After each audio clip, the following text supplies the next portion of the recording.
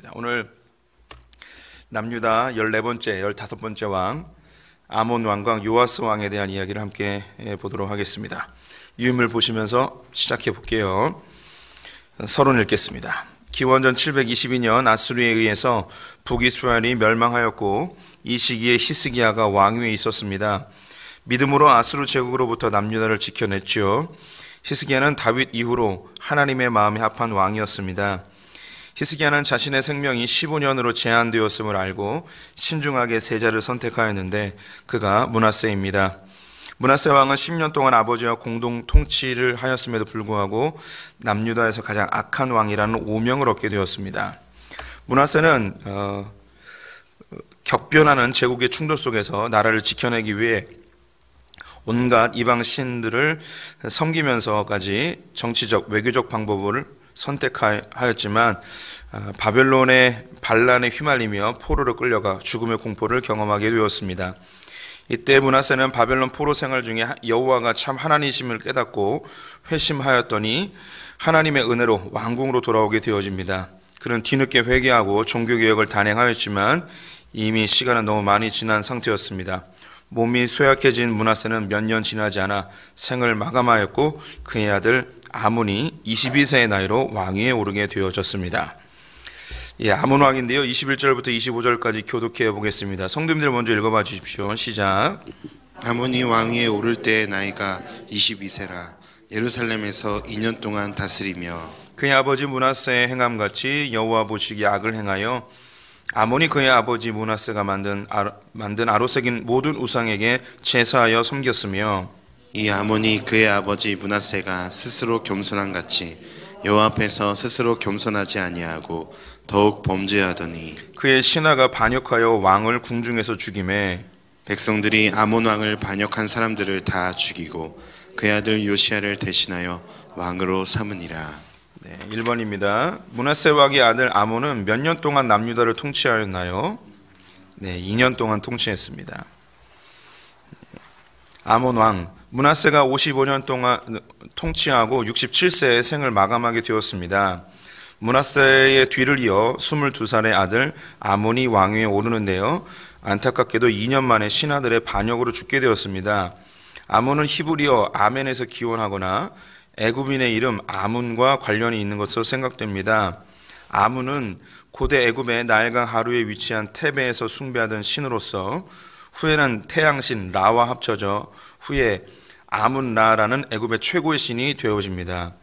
아문의 이름을 딴 것이라면 므낫세 당시 애굽과의 친선 관계가 있었음을 짐작할 수 있습니다. 열왕기를 보면 아몬의 어머니는 갈릴리 인근 요빠 출신으로 소개되어지고 있습니다. 므낫세가 얻은 아내가 북이스라엘 사람이라는 것이죠. 실제로 히스기야 때와 므낫세 때에 북이스라엘과의 통일을 진행한 것으로 보입니다. 아몬은 이방 우상들의 문화 속에서 성장하였고 여호와 보시기에 악을 행하는 우상 숭배자가 되었습니다. 므낫세 말년에 회개하며 여호와 앞에 겸손한 모습을 보이기는 하였지만 아들에게는 영향을 미치지 못한 듯합니다. 아몬 왕은 신하들의 반역으로 암살당하게 되었는데요. 아몬 왕이 죽자 백성들은 반역한 자들을 죽이고 요아스를 왕으로 삼습니다. 성경에는 아몬의 죽음에 대한 세부 사항을 언급하고 있지 않은데요. 두 가지로 추론이 가능합니다. 첫째는 반대파에 의하여 죽임을 당한 것입니다. 아몬은 22세에 왕위에 올랐는데 아버지 므낫세가 45세에 낳은 아들이었습니다. 그가 첫째 아들일 가능성은 매우 높습니다. 따라서 그의 형들의 잘못 읽었네요. 그가 첫째 아들이 아닐 가능성은 매우 높습니다. 따라서 그의 형들을 지지하는 세력에 의해 죽임을 당했을 가능성입니다. 둘째는 반아수르 세력에 의해 죽임을 당했을 가능성입니다. 아버지의 뒤를 이어 친아수르 정책을 유지하는데 이것에 대해 반대하는 사람들에 의해 죽임을 당했을 가능성이 있습니다. 지면이 적어서 다 쓰지 못했는데요. 아몬은 2년 만에 죽습니다. 그런데 만약에 아몬이 계속 왕을 유지하고 있었으면 이스라엘은 남유다는 훨씬 더 타락하고 우상숭배를 가득하여서 금방 더 멸망할 수 있는 상황입니다. 하나님의 때가 되지 아니하였다 이야기할 수 있겠고 아직 그 땅에 죄가 관영하지 아니하였는데 이 아몬 때문에 순식간에 멸망할 수도 있기 때문에 하나님께서 이 아몬을 빨리 죽을 수 있도록 허용하셨다고 할까요? 하나님이 섭리하셨다고 할까요? 그래서 2년 만에 죽고, 이 므낫세가 말년에 회심하고 종교개혁을 하려고 했잖아요. 근데 그 뒤를 이어서 아들이 이걸 이어져 가야 되는데 그걸 못 이어가는 거죠. 그래서 하나님의 열심으로 아몬을 죽게 하시고 그 다음 어린 아들 요시아가 일어나서 이 므낫세 왕이 못 이뤘던 종교개혁을 이어가게 되어집니다. 그래서 바로 이어가는데, 그래서 이 아몬 왕에 대한 이야기가, 그리고 왜 죽었는지 어떻게 죽었는지 이런 거 다 빼버렸어요. 5절로 딱 마무리하고 므낫세의 종교개혁을 요시아 왕이 바로 이어서 받는 것으로 이 성경이 구조가 되어져 있는 것이죠. 그러면 요아스하고 요시아하고 계속 헷갈려요. 요시아 왕 함께 보도록 하겠습니다. 1절과 2절 우리 성도님들 한번 읽어봐 주십시오. 시작. 요시아가 왕위에 오를 때 나이가 8세라 예루살렘에서 31년 동안 다스리며 여호와 보시기에 정직하게 행하여 그의 조상 다윗의 길로 걸으며 좌우로 치우치지 아니하고. 2번입니다. 아몬 왕이 죽자 요시아가 왕위에 올랐는데요. 몇 살이었나요? 8살이었습니다. 초등학교 1학년이 이제 왕이 된 거죠. 요시아 왕. 므낫세는 아버지 히스기야를 보면서 많은 생각을 했을 것입니다. 종교개혁을 하고 하나님을 열심히 믿었는데 왕궁의 은과 금은 아수르에게 다 빼앗기고 국토는 아수르에 의해 초토화되고 아버지는 질병에 걸려 15년 만에 죽고, 이 정도면 아들로서 하나님에 대한 신뢰가 많이 사라졌을 것이라는 생각을 해보게 됩니다. 므낫세는 아버지 히스기야를 잃었고 무너져버린 국력을 회복하기 위해 무척 노력을 했을 것입니다. 그런데 그 방법이 하나님과 멀어지는 방향이었죠. 일은 잘 진행되는 것 같았지만 사실은 무질서로 향해 가고 있었습니다. 자신을 반대하는 모든 자는 숙청하였고 훗날 자신의 아들 아몬도 즉위 2년 만에 암살을 당하는 왕궁의 대혼란을 발생하게 되었습니다. 아몬의 뒤를 이어 8세의 요시아가 왕위에 오르게 됩니다. 성경은 요시아 왕에 대한 놀라운 평가를 하고 있는데요. 여호와 보시기에 정직하게 행하여 다윗의 길로 걸으며 좌우로 치우치지 아니하고, 다윗의 모든 길로 행하고 좌우로 치우치지 아니하였더라. 요시아는 하나님 앞에 최고의 칭찬을 받게 됩니다. 다윗과 거의 똑같은 취급을 받고 있는 것인데요. 좌우로 치우치지 아니하였다는 것은 여호수아 1장 7절에서 8절이라는 말로 말씀을 따라 살았다는 의미입니다. 요시아가 하나님의 말씀에 집중하는 삶을 살게 되었을 때에 주변 국가들에는 많은 변화가 일어나고 있었습니다. 아수르의 마지막 대왕이었던 아수르 바니발이 죽은 이후 아수르는 심각한 내분이 일어나게 되었고요. 그 후에 바벨론이 급속히 성장하며 기원전 626년에 독립을 하게 되어집니다. 그 612년 니느웨를 함락시키자 609년 아수르는 멸망하게 됩니다. 아수르의 힘이 약화되면서 바벨론이 힘이 강해졌는데 동시에 애굽의 힘도 강하게 되어집니다. 훗날 요시아와 그의 후손들은 바벨론과 애굽 사이에서 저울질을 하다가 애굽 편에 서게 되었고 결국 바벨론에 의하여 588년 멸망하게 되었습니다. 요시아가 죽은 지 20년 만에 일어난 일입니다. 그러니까 요시아가 남유다의 거의 마지막 왕이라고 보셔도 돼요. 이 요시아가 남유다의 멸망을 가로막고 있었는데 요시아가 죽자 급격하게 남유다는 멸망하게 되어집니다. 이 요시아 때의 국가적인 안정과 종교개혁이 일어나고 좀 부강함이 만들어지게 되는데 그 이유가 아수르가 쇠약해졌기 때문입니다. 근데 남유다만 평안한 시기가 아니었고 애굽도 그 아수르가 힘이 없어지면서 강성해지고 바벨론도 강성해지게 되었습니다. 그래서 이 바벨론하고 애굽하고 이제 이 남유다 이스라엘에서 이 전쟁을 하게 되는 것이죠. 그때에 이 남유다가 어느 편에 설 것인가 막 고민을 하게 됩니다. 그때 성도님들이 아시듯이 예레미야가 나타나서 여러분들은 바벨론에 달라붙으십시오. 바벨론 편이 되십시오. 라고 계속 얘기하는데 신하들이나 또 정치를 좀 안다는 사람들은 애굽 편에 서야 된다 이야기해서 요시아도 애굽 편에 서게 됩니다. 그러다가 느보 왕에게 뒤통수 맞고 전쟁에서 죽게 되죠. 느보 왕이 우리가 바벨론하고 싸우러 갈 테니까 우리 길 좀 내줘라. 그래서 길 내줬는데 이스라엘 평야에서 갑자기 말 고피를 돌리더니 유다 왕인 이 요시아를 쳐요. 그래서 전쟁에서 죽어요. 급사하게 되는 거죠. 그 애굽편을 들었다가 그렇게 이제 끝나버리는 인생이 되어지죠. 예, 이렇게 이제 국제 정세가 굉장히 혼란한 시기에 요시야가 왕위에 올랐는데요. 이런 역사적인 이야기보다도 더 중요한 이야기를 역대기에서는 이제 다루고 있습니다. 3절에서 7절 우리 성도님들이 먼저 읽어봐 주십시오. 시작. 아직도 어렸을 때 곧 왕위에 있는지 8년에 그의 조상 다윗의 하나님을 비로소 찾고 제12년에 유다와 예루살렘을 비로소 정결하게 하여 그 산당들과 아세라 목상들과 아로새긴 우상들과 부어 만든 우상들을 제거하여 버리매 무리가 왕 앞에서 바알의 제단들을 헐었으며 왕이 또 그 제단 위에 높이 달린 태양상을 찍고 또 아세라 목상들과 아로새긴 우상들과 부어 만든 우상들을 빻아 가루를 만들어 제사하던 자들의 무덤에 뿌리고 제사장들의 뼈를 제단 위에 불살라 유다와 예루살렘을 정결하게 하였으며 또 므낫세와 에브라임과 시므온과 납달리까지 사면 황폐한 성읍들에도 그렇게 행하여 제잔들을 허물며 아세라 목상들과 아로새긴 우상들을 빻아 가루를 만들며 온 이스라엘 땅에 있는 모든 태양상을 찍고 예루살렘으로 돌아왔더라. 3번입니다. 요시야 왕은 왕위에 오른 지 몇 년에 종교개혁을 시작하였나요? 제12년에 종교개혁을 시작을 하였습니다. 요시야의 종교개혁. 요시야는 8살이라는 어린 나이에 신하들에 의하여 암살당한 아버지 암몬을 대신하여 왕위에 올랐습니다. 요시야가 재위 8년째 되던 해 나이 16세가 되었을 때부터 다윗의 하나님을 찾기 시작했습니다. 성경에서 찾다라는 의미는 모든 상황에서 하나님을 생각하는 습관과 하나님께 기도하는 태도를 묘사할 때 사용되어집니다. 요시야는 16세에 인격적인 하나님을 만나게 된 것이죠. 스스로 하나님을 찾고 하나님께 기도하고 문제의 상황에서 여호와께 묻는 신앙이 만들어지게 된 것입니다.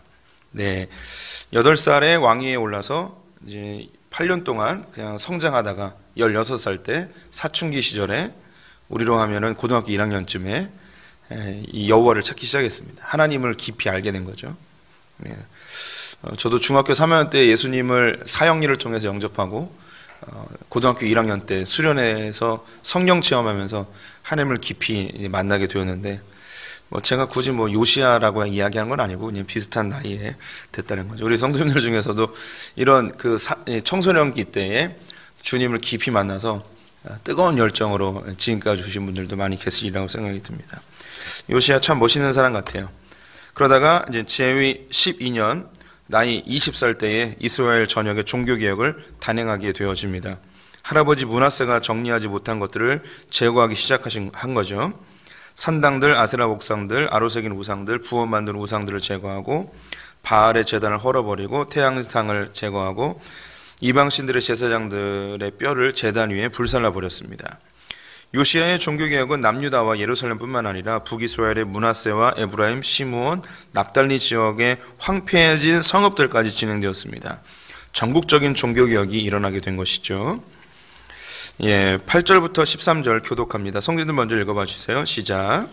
요시야가 왕위에 있은 지 18째 해에 그 땅과 성전을 정결하게 하기를 마치고 그의 하나님 여호와의 전을 수리하려 하여 아살랴의 아들 사반과 시장 마아세야와 서기관 요아스의 아들 요아를 보낸지라. 그들이 대제사장 힐기야에게 나아가 전에 여호와의 전에 헌금한 돈을 그에게 주니 이 돈은 문을 지키는 레위 사람들이 므낫세와 에브라임과 남아있는 모든 이스라엘 사람과 온 유대와 베냐민과 예루살렘 주민들에게서 거둔 것이라.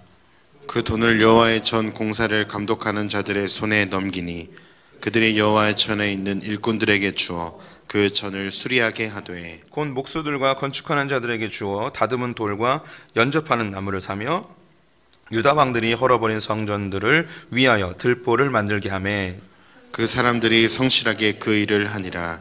그의 감독들은 레위 사람들 곧 무라리 자손 중 야앗과 오바댜요 그앗 자손들 중 스가랴와 무술람이라. 다 그 일을 감독하고 또 악기에 익숙한 레위 사람들이 함께 하였으며 그들은 또 목독군을 감독하며 목독군은 짐꾼입니다. 모든 공사 담당자들을 감독하고 어떤 레위인들은 서기와 관리와 문지기가 되었더라. 4번입니다. 요시야가 왕위에 오른 지 18년째 되었을 때 무엇을 결심하였나요? 성전을 정결케 하기를 결심하였습니다. 요시야의 성전 수리. 역대기 기자는 요시야의 삶을 매우 구체적으로 기술하고 있습니다.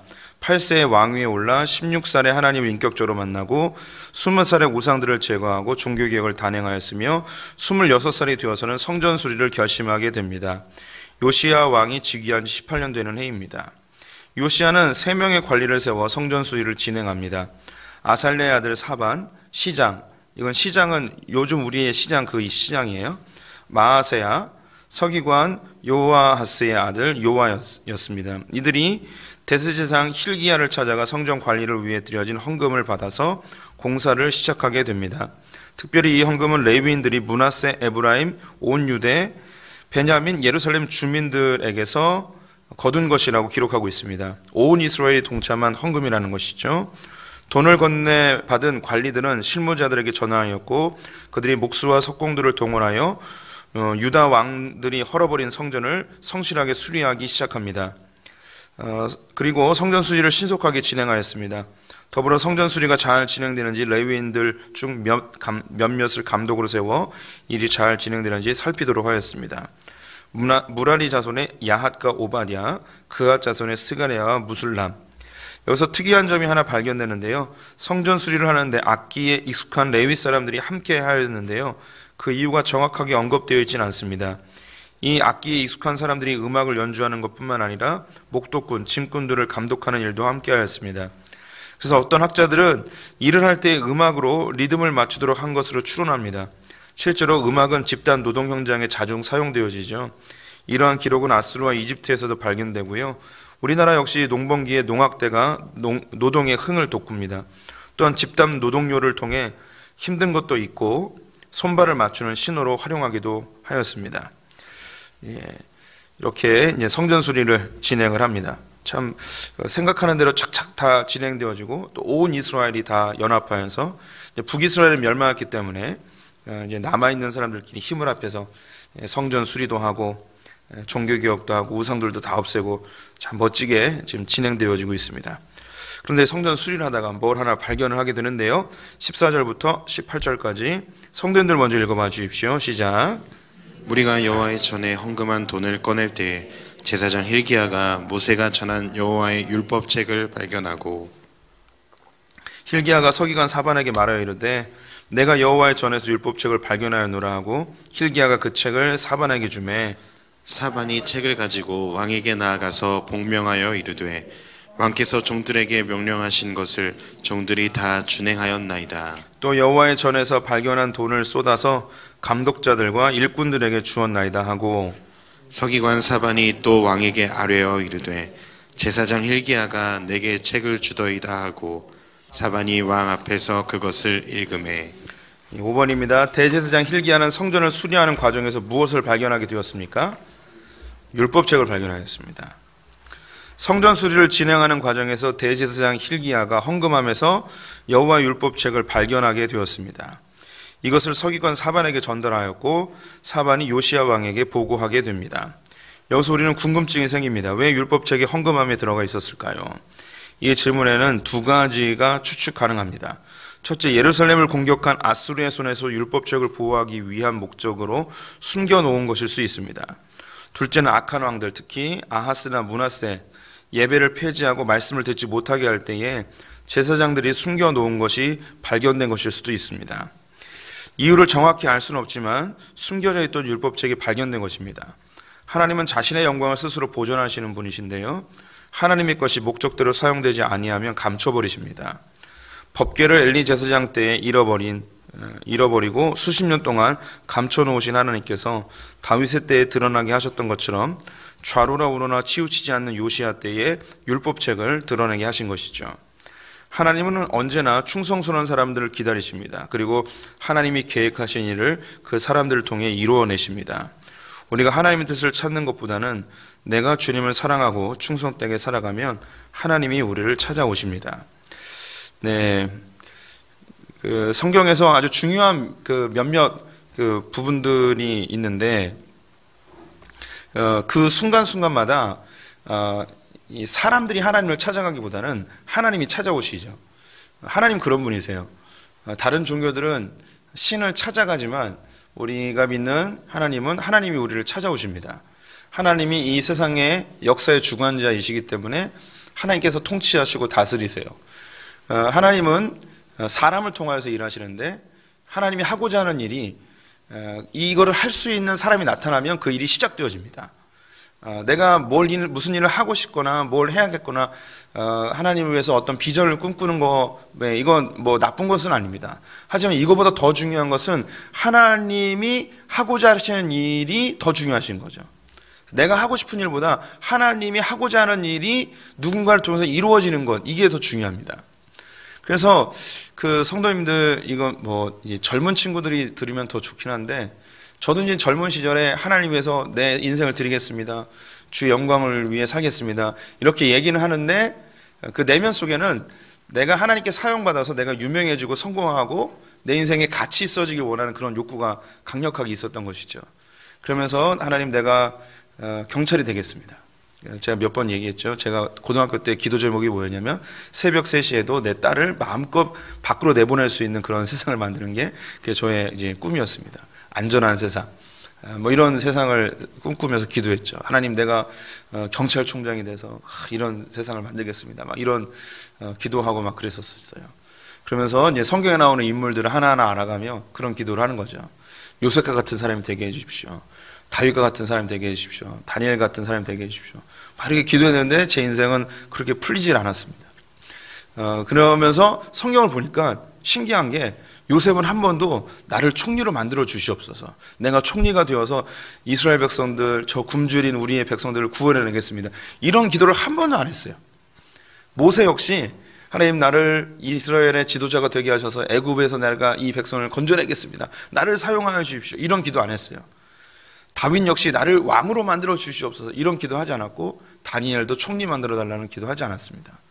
믿음의 선배들이, 성경에 나오는 하나님께 쓰임받은 사람들이 하나님을 위해서 내가 뭘 하겠습니다라는 사람들이 아니었어요. 이 사람들의 공통점은 하나님이 찾아오셔서 하나님이 하고자 하는 일을 그 사람들을 통해서 하신 것이죠. 그러면 이 사람들의 공통점이 있는데 뭐냐면 믿음을 소유한 사람들이었어요. 하나님을 사랑하고 하나님 안에서 충성되고, 그리고 하나님의 때가 언제인지, 하나님이 하신 일이 뭔지 모르지만 내게 주어진 삶을 성실하게 준비하는 사람들을 하나님께서 사용하신다는 것을 알게 됐습니다. 그래서 이걸 언제 알았냐? 인도에서 알게 됐어요. 제가 깨달은 건 다 인도에서 깨달았어요. 자나깨나 인도. 다시 보자 인도. 다 그랬습니다. 그래서 그러면서 내 인생은 내가 뭘 하고자 하는 것보다 내가 성실하게 삶을 살다 보면 하나님께서 하나님의 뜻이 감추어졌던 것, 하나님의 때에 하나님이 하실 만한 사람이 준비되면 이게 드러나겠구나, 이런 생각을 하게 되었습니다. 그래서 저도 이제 그런 삶을 살게 됐죠. 그러면서 요즘 그 현대인들 중에 뭐 누가 있을까? 그러면서 2명을 찾게 됐어요. 한 명은 마틴 루터 킹 목사님이고 한 명은 링컨 대통령이었습니다. 마틴 루터 킹 목사님의 자서전 나는 꿈이 있습니다 책을 읽으면서 이분이 어떻게 그 흑인 인권 운동을 하게 되었는지 그거를 이제 보게 됐습니다. 저는 목사가 되면 하나님이 내 인생을 다 알아서 해주실 거라는 그런 기대감이 있었습니다. 그런데 목사가 된 이후에 앞이 다 깜깜합니다. 뭘 해야 될지 모르겠는 거예요. 그래서 내가 이걸 해야 됩니까 저걸 해야 됩니까 막 뭘 찾고 있었어요. 그러면서 나의 꿈이 뭘까, 비전이 뭘까, 이거였는데 그 마틴 루터 킹 목사님도 똑같이 이제 할아버님이 목사님이어서 신학교에 가서 안수를 받고 이제 졸업을 하고 했는데 내가 목회를 해야 되나 말아야 되나 막 이런 고민이 있었습니다. 하나님과 이제 계속 이제 사귐의 시간을 갖고 있었죠. 근데 고향에 내려왔는데 그 고향이 이제 그 몽고메리였던 걸로 지금 기억이 나요. 그때 미국에서 어떤 일이 벌어졌냐면 버스에서 흑인이 타면 못하게 했었어요. 그래서 한 할머니가 버스에 탔다가 백인들이 밀쳐내는 거로 인해서 이 흑인 할머니가 사망하게 이르게 되었습니다. 그래서 이 흑인들이 여기는 데모가 일어난 거예요. 근데 그 마틴 루터 킹 목사님이 있던 그 동네에서도 흑인들의 폭동이 막 일어나는데 이건 아무리 봐도 이 하나님 앞에서 올바른 행동이 아닌 것 같은 거야. 이게 폭력적인 이런 그 투쟁들이. 그래서 이 폭력적인 이 폭동으로 변하는 이 흑인들 앞에 이 마틴 루터 킹 목사님이 딱 서서, 지금도 좀 목사님들이 인정받지만 그 60년대 그때만 하더라도 더 많이 이제 목사님들이 인정을 받던 때였는데, 그래서 목사님이 얘기를 한 거예요. 이건 주님 원하시는 방법이 아닙니다.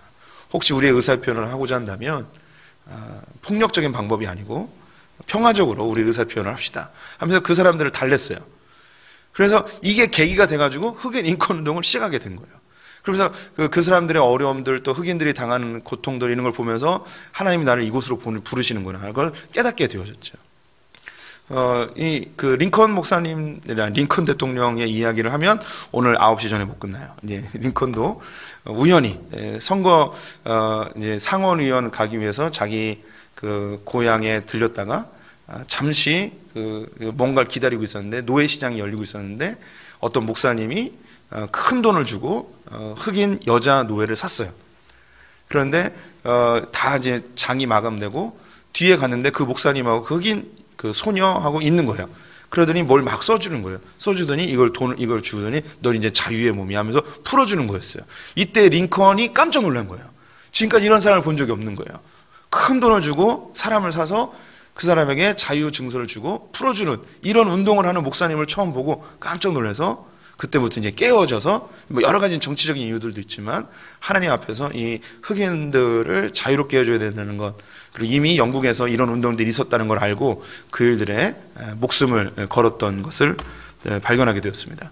그래서 제가 이제 깨달은 게 뭐냐면, 나는 하나님 앞에서 주님과의 관계를 유지하며 마땅히 내가 해야 될 것을 충성되게 하고 있으면 하나님이 하실 일을 하나님이 쓰기 좋은 사람들을 통해서 일을 하시는구나. 그럼 내가 그 일을 못한다면 내가 그 일을 하기에 적합하지 않은 사람인 거예요. 다른 누군가가 그 일에 더 적합한 사람인 거죠. 그러면 그 일에 대해서 나는 시기할 필요도 없고 경쟁할 필요도 없고, 내가 그 사람들이 하는 걸 하나님이 사용하시니까 하나님이 하신 일을 기뻐하면서 옆에서 잘 도와주면 되는 거죠.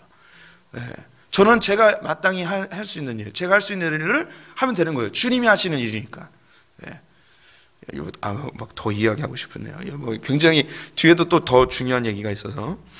그래서 진짜 하고 싶은 이야기가 뭐냐면, 하나님은 하나님이 하나님의 일을 하십니다. 하나님은 당신의 영광을 그 누구에게도 나누고 싶어 하지 않으십니다. 그래서 그 영광이 가려워질 때는 하나님은 잠잠히 계십니다. 근데 하나님 영광이 드러날 때는 하나님께서 쓰기 좋은 사람, 소위 준비된 사람들, 믿음으로 준비된 사람들을 하나님께서는 너무나 아름답게 사용하시죠. 그래서 시편 말씀 제가 거기다 기록을 했는데요, 3절 때문에 기록했습니다. 그는 시냇가에 심은 나무가 철을 따라 열매를 맺으며 잎사귀가 마르지 아니함 같으니 그가 하는 모든 일이 다 형통하리로다. 철을 따라 열매를 맺는 것, 이 사람이 철을 따라 열매를 맺을 수 있는 이유는 시냇가에 심겨졌기 때문입니다. 하나님께 심겨지게 되어지면 하나님의 때에 맞춰서 열매가 나타나게 되어져 있어요. 그래서 정말 중요한 것은 내가 무슨 열매를 맺느냐가 아니고 내가 뿌리를 잘 내리고 있는가, 이게 정말 중요한 것이죠. 19절부터 21절 교독해 보겠습니다. 제가 먼저 읽을게요. 왕이 율법의 말씀을 듣자 곧 자기 옷을 찢더라. 왕이 hil기야와 사반의 아들 아히감과 미가의 아들 압돈과 서기관 사반과 왕의 시종 이사야에게 명령하여 이르되, 너희는 가서 나와 및 이스라엘과 유다의 남은 자들을 위하여 이 발견한 책의 말씀에 대하여 여호와께 물으라. 우리 조상들이 여호와의 말씀을 지키지 아니하고 이 책에 기록된 모든 것을 준행하지 아니하였으므로 여호와께서 우리에게 쏟으신 진노가 크도다 하니라. 6번입니다. hil기야가 발견한 율법책을 듣게 된 요시야의 반응은 어떠했습니까? 옷을 찢었습니다. 하나님의 말씀을 듣고 옷을 찢어버렸어요. 이 옷을 찢은 건 고통스러움의 표현이죠. 옷을 찢은 요시야. hil기야에게 율법책을 전달받은 서기관 사반은 요시야에게 찾아와 성전 수리에 대한 결과를 보고하게 됩니다. 성전 수리 일정과 재정 보고를 마치면서 특별히 율법책을 발견하였다고 보고를 하죠. 임금님, 은혜롭게 성전 건축을 잘 마쳤습니다. 그래, 수고 많았네. 내가 곧 수리한 성전에서 예배를 드려야겠군. 재정은 부족하지 않았나? 네, 임금님, 전혀 부족하지 않았습니다. 성전 헌금함을 열어 성전 수리를 하였는데 유다, 예루살렘 그리고 베냐민 지파 사람들이 적극적으로 동참하였습니다. 뿐만 아니라 북이스라엘의 에브라임과 므낫세 사람들까지 자원하여 동참하였습니다. 너무 감사하고 은혜로운 일이군. 주님이 하셨군. 그런데 임금님, 헌금함을 여는 과정에서 대제사장 힐기야가 뭘 하나를 발견했는데 임금님께 드리라고 하였습니다. 그래? 그것이 무엇인가? 율법이 기록되어 있는 두루마리입니다. 그래? 그게 어떻게 거기에 들어가 있었을꼬? 그래, 한번 읽어보거라. 율법책을 듣고 있던 요시야 왕은 갑자기 일어나 옷을 찢기 시작합니다. 그리고 갑자기 대제사장 힐기야, 서기관 사반, 그의 아들 아히감, 미가의 아들 압돈, 왕의 시종 아시야를 불러 모읍니다. 우리가 지금까지 하나님의 말씀을 온전히 지켜 따르지 못하였소. 하나님의 진노가 우리에게 임할까 매우 두렵소. 어떻게 할지 하나님께 물어보시오. 도대체 요시야는 무엇을 읽은 것일까요? 힐기야가 발견한 율법책이 어떤 것인지 정확히 알 수는 없습니다. 이 당시의 율법책은 모세오경이 전부였는데요. 이 중에서 특별히 신명기 말씀이 이스라엘의 축복과 저주를 담고 있습니다. 신명기 27장과 28장의 내용을 읽은 것으로 보여집니다. 하나님의 율법을 지켜 행하지 않으면 이 땅에서 쫓겨나기 때문입니다. 당신은 하나님의 말씀을 듣고 두려워 떨어본 경험이 있으십니까? 요시야는 참으로 순수한 신앙을 가지고 있었던 것 같습니다. 말씀 앞에 어린아이처럼 반응하고 있는 것이죠. 천년보다 훨씬 전에 기록된 말씀을 듣고는 하나님 앞에 두려워 떨고 있는 것입니다. 자신의 조상들은 하찮게 생각하던 그 말씀입니다. 소실될까 하여 어떤 이름 없는 제사장이 헌금함의 깊은 곳 몰래 집어넣은 말씀이 요시야에게 드러났습니다. 요시야는 말씀을 존귀히 대하는 사람이었습니다. 이사야서 말씀 우리 성도님 한번 읽어봐 주십시오. 시작. 나 여호와가 외로 너를 불렀은즉 내가 내 손을 잡아 너를 보호하며 너를 세워 백성의 언약과 이방인의 빛이 되게 하리니 내가 눈먼 자들의 눈을 밝히며 갇힌 자를 감옥에서 이끌어내며 흑암에 앉은 자를 감방에서 나오게 하리라. 나는 여호와이니 이는 내 이름이라. 나는 내 영광을 다른 자에게 내 찬송을 우상에게 주지 아니하리라. 네, 얼마나 오랫동안 율법책이 헌금함에 숨겨져 있었는지 모르지만 아무도 율법책을 찾으려 하지 아니하였고 율법을 읽으려 하지도 않았습니다. 그 이유는 이 율법이 드러나도 그 누구도 요시야처럼 반응하지 않았을 것이기 때문입니다. 이 율법책을 읽은 요시야는 옷을 찢고 하나님께 두렵고 떨림으로 어떻게 우리가 해야 될까 고민에 빠지게 되었고, 그리고 이것 좀 알아보라고 부하들을 시켜서 명령을 하죠. 22절부터 28절 교독해 보겠습니다. 제가 먼저 읽습니다. 이에 힐기야와 왕이 보낸 사람들이 여선지자 훌다에게로 나아가니 그는 하스라의 손녀 도카스의 아들로서 예복을 관리하는 살룸의 아내라. 이 예루살렘 둘째 구역에 살았더라. 그들이 그에게 이 뜻을 전하매 훌다가 그들에게 이르되 이스라엘 하나님 여호와께서 이같이 말씀하시기를 너희는 너희를 내게 보낸 사람에게 말하라 하시니라. 여호와께서 이같이 말씀하시기를 내가 이곳과 그 주민에게 재앙을 내리되 곧 유다 왕 앞에서 읽을 책에 기록된 모든 저주대로 하니라. 이는 이 백성들이 나를 버리고 다른 신들에게 분향하며 그의 손의 모든 행위로 나의 노여움을 샀음이라. 그러므로 나의 노여움을 이곳에 쏟음에 꺼지지 아니하리라 하라 하셨느니라. 너희를 보내어 여호와께 묻게 한 유다 왕에게 너희가 이렇게 전하라. 이스라엘의 하나님 여호와께서 이같이 말씀하시기를 내가 들은 말을 의논하건대 내가 이곳과 그 주민을 가리켜 말한 것을 내가 듣고 마음이 연약하여 하나님 앞 곧 내 앞에서 겸손하여 옷을 찢고 통곡하였으므로 나도 내 말을 들었노라. 여호와가 말하였느니라. 그러므로 내가 내게 너의 조상들에게 돌아가서 평안히 묘실로 돌아가게 하리니 내가 이곳과 그 주민에게 내리는 모든 재앙을 내가 눈으로 보지 못하리라 하셨느니라. 이에 사신들이 왕에게 복명하니라. 7번입니다. 힐기야와 왕이 보낸 사람들이 누구를 찾아갔나요? 여선지자 훌다를 찾아갑니다. 옷을 찢은 요시야는 아니네요. 여선지자 훌다입니다. 율법책의 말씀을 들은 요시야는 두려움에 휩싸였고 자신의 조상들과 백성들이 범한 온갖 죄악들과 우상 숭배의 처벌이 국가적 멸망이라는 사실을 알았기에 즉각적으로 자신들이 어떻게 대처해야 할지 하나님께 묻게 됩니다. 사신들이 찾아간 곳은 여선지자 훌다였습니다. 훌다는 성전에서 예복을 관리하는 살룸의 아내였고 예루살렘 둘째 구역에 살고 있었습니다. 살룸이 성전에 일을 하고 있었기 때문에 hil기야와 친분이 있었고 그의 아내가 하나님의 영에 충만한 선지자라는 것을 알았기에 보낸 것 같습니다. 그런데 훌다가 하나님께 받은 메시지는 충격적이었습니다. 지난 수백 년 동안 반복된 이스라엘의 죄의 대가는 국가적 멸망입니다. 그런데 요시야는 말씀을 듣고 옷을 찢으며 하나님의 뜻을 구하는 능동적 모습을 보인 이후로 재앙을 보지 않고 눈을 감게 될 것이라고 알려줍니다. 저는 이것을 종말의 연장이라고 표현하기를 좋아합니다.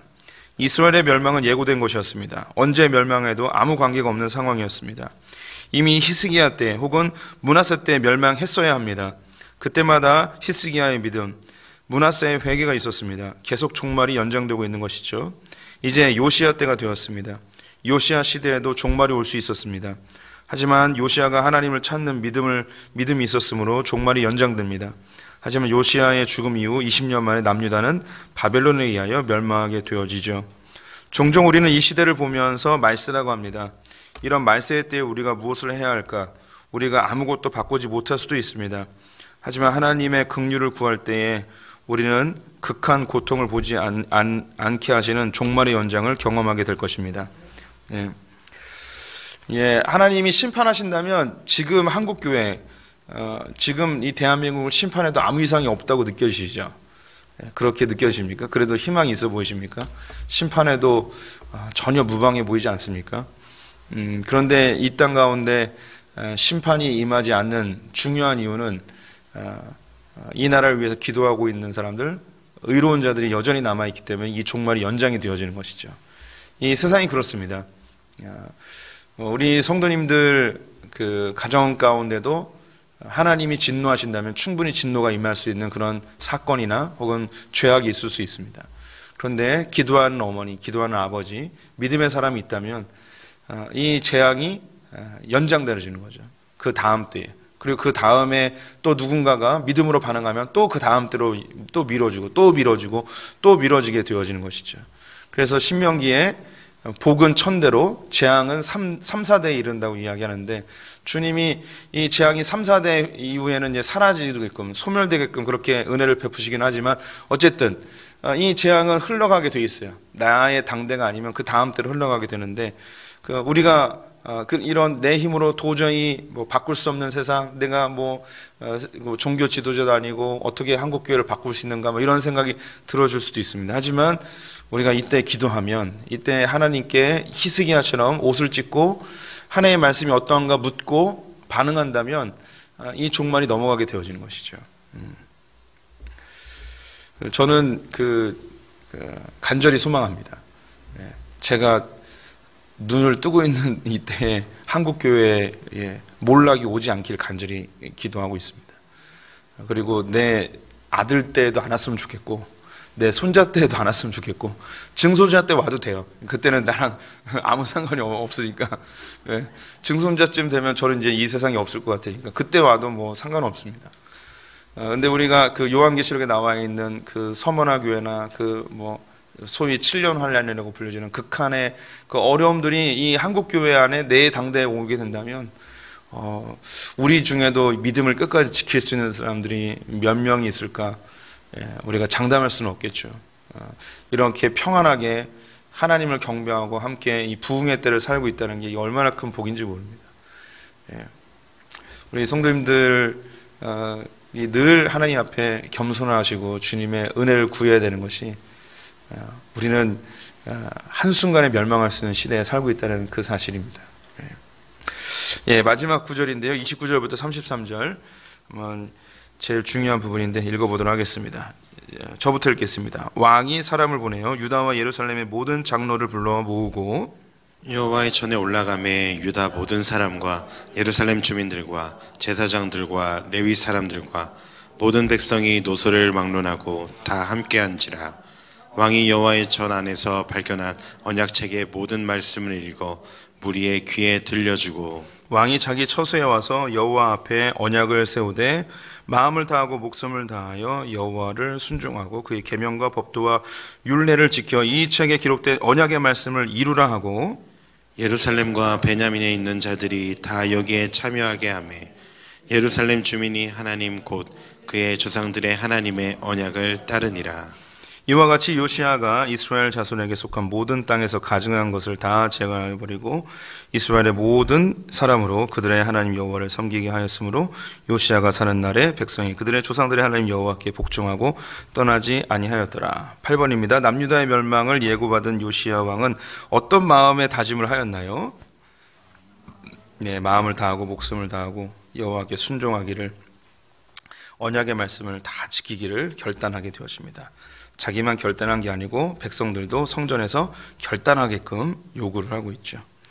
요시야의 언약. 요시야는 여서진 자 훌다의 부정적인 예고를 듣고는 낙심하거나 하나님을 원망하지 않았습니다. 오히려 성전의 사람들을 모으고 발견한 언약책의 모든 말씀을 읽어 무리로 듣게 하였습니다.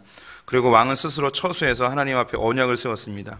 마음을 다하고 목숨을 다하여 여호와를 순종하고 그의 계명과 법도와 율례를 지켜 이 책에 기록된 언약의 말씀을 이루리라. 이 언약은 자신과의 약속이었습니다. 나아가서 예루살렘과 베냐민에 있는 자들로 다 이 언약에 참여하게 하였습니다. 요시야는 죽는 순간까지 이 약속을 저버리지 않고 하나님께 복종하고 떠나지 않았습니다. 요시야는 기원전 640년 애굽 왕 느보와의 전쟁에서 갑작스럽게 죽게 되었습니다. 그리고 20년 후에 남유다가 바벨론에 의하여 멸망하게 되어지죠. 요시야는 국가적 재난을 보지 않고 하나님이 데려가 버리신 것입니다. 오늘 본문은 매우 강력한 메시지를 품고 있습니다. 요시야는 성전을 수리하였습니다. 조상들이 무너뜨린 성전을 수리하였죠. 우상을 제거하고 예배를 회복하였습니다. 그러면 다 된 것인가요?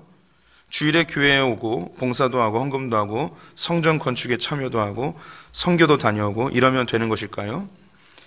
그런데 성전의 진짜 목적은 하나님을 만나 말씀을 통해 하나님의 뜻을 아는 것입니다. 요시야는 바로 그것의 실제적인 예를 보여주고 있는 것입니다. 또한 요시야는 이쯤 하면 됐는데 하지 않습니다. 말씀 앞에 반응하는 신앙인이었습니다. 하나님은 종교적인 완벽한 행위를 한 요시야에게 하나님의 말씀들을 들려주신 것입니다.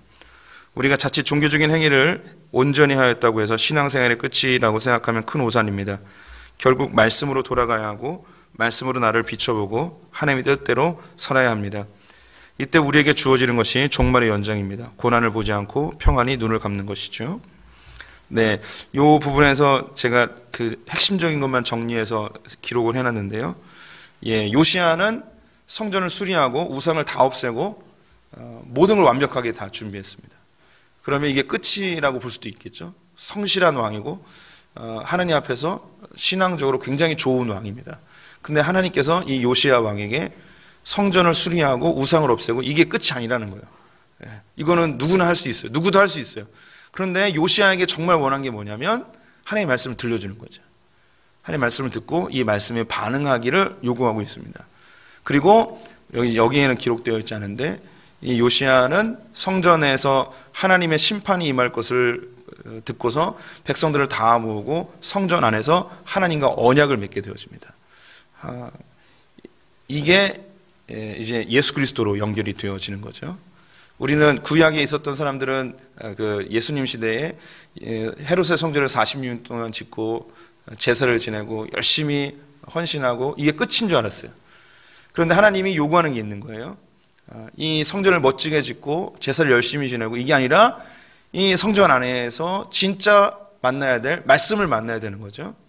그런데 예수님께서 이 성전을 헐어버리고 그 헐어버린 곳에서 숨겨져 있던 말씀이 드러나는 거예요. hil기야가 율법책을 발견하는 것처럼 성전을 수리하면서 성전을 해치면서 숨겨져 있던 그 성전의 진짜 목적, 아무도 찾지 않았던 성전의 진정한 목적을 hil기야가 찾아내서 요시야가 발견한 것처럼 눈에 보이는 너무 화려한 성전을 다 없애버리고 그 안에 있었던 진짜의 성전의 이유, 말씀 되신 예수 그리스도가 나타나셔서 우리로 하나님의 성전 되게 하시고 요시야가 그 마음속으로 마음을 다하고 힘을 다해서 내 죽는 그 순간까지 하나님의 말씀을 지키겠습니다 하고 다짐하는 하나님과 스스로 언약을 맺는, 그래서 우리 성전 되어진 우리 안에 신비의 새 언약의 말씀을 기록하고 내가 예수를 닮는 삶, 예수를 좇는 삶을 살겠습니다라는 결단이 우리 안에서 형성되게 되는 거죠.